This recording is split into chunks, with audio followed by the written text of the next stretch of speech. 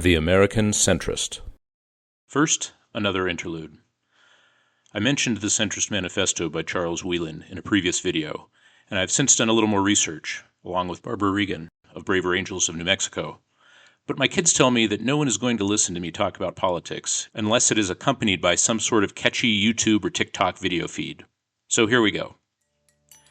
It turns out that Professor Whelan did take action on his ideas after publishing his book in 2013. He founded the Centrist Project in 2014, which changed its name to Unite America in 2018 and is still active today. The original mission was very similar to that described in the Centrist Manifesto: get independent candidates elected so they can serve as the tiebreakers and the deciders in Congress. The organization gained some momentum in its first few years, attracting membership from both sides of the aisle.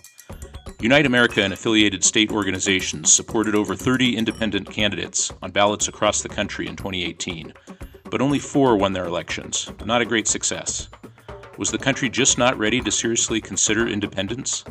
Does the two-party system have the nation in lockdown or a stranglehold? Well, in any case, Unite America shifted their focus in 2019 from supporting candidates to advocating for reforms that would change the architecture of our electoral systems. I'll talk about this later in The American Centrist, the idea of a centrist platform focused on structural changes to reduce the power of extremists and push the nation toward the middle. For now, let's continue with our discussion of the principles of centrism. I hope you enjoyed the veggie chopping, courtesy of the U.S. Department of Agriculture. That's your tax dollars at work supporting democracy. Utilitarianism. Beginning in Great Britain in the mid-1700s, the Industrial Revolution brought rapid changes in automation which spread through all corners of society. As with every leap forward in technology, it widened the gap between the rich and the poor.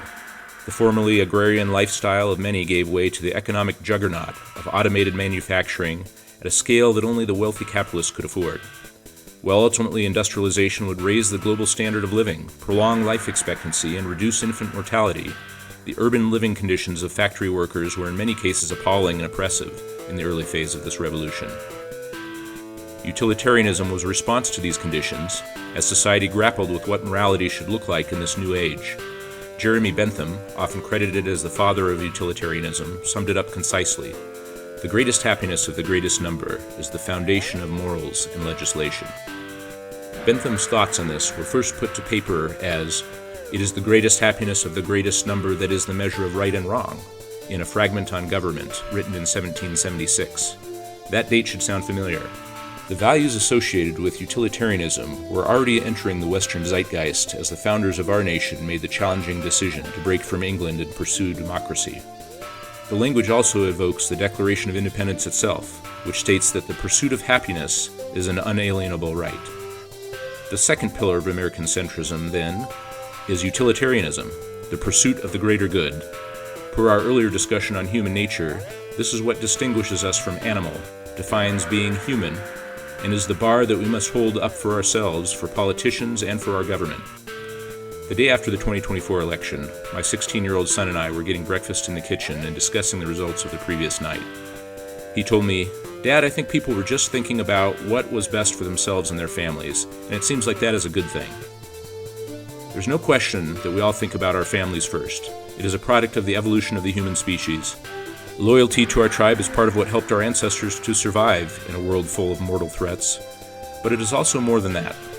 Caring for those closest to us gives us fulfillment and is a fundamental value of every human culture. It is one of the very best aspects of being human. So he is not wrong, but that cannot be the end of the story. Human civilization has grown in its breadth and depth over 5 millennia of recorded history. It has achieved a richness and a beauty that demands of us, as sentient humans, to think beyond the boundaries of family and tribe. Society is so interconnected, we cannot think of our family in opposition to and in competition with all others. We need to broaden our definition of tribe to encompass the nation, if not the world. Not to do so would mean national infighting, polarization, fear, hatred, and if I want to be dramatic, ultimately the downfall of civilization. One goal that I have in writing this book is to convince my son to think more broadly than just what is best for me and my family. We need to balance the priority of taking care of our families with the imperative of the good of the many. We may even need to be willing to sacrifice our own interests to uphold our greater principles. If we do not, then we cannot expect compassion toward us in our own time of need, and we cannot expect our country to be strong. This is utilitarianism in its most essential form. We also have to recognize that utilitarianism is not an absolute goal. Taken to the extreme, it becomes socialism and then communism. No communist government has ever survived reality. Every instance in modern history has morphed into autocracy with the rights and the freedoms of the people curtailed. In a democracy, the danger to watch out for with utilitarianism is the tyranny of the majority. This brings us to the next principle of centrism, the need to respect others and to consider their rights as a foundational element in weighing the greater good. Citations can be found in the written version of The American Centrist, available at Amazon in ebook or print form, or from your bookseller via Ingram Spark. Up next, respect others.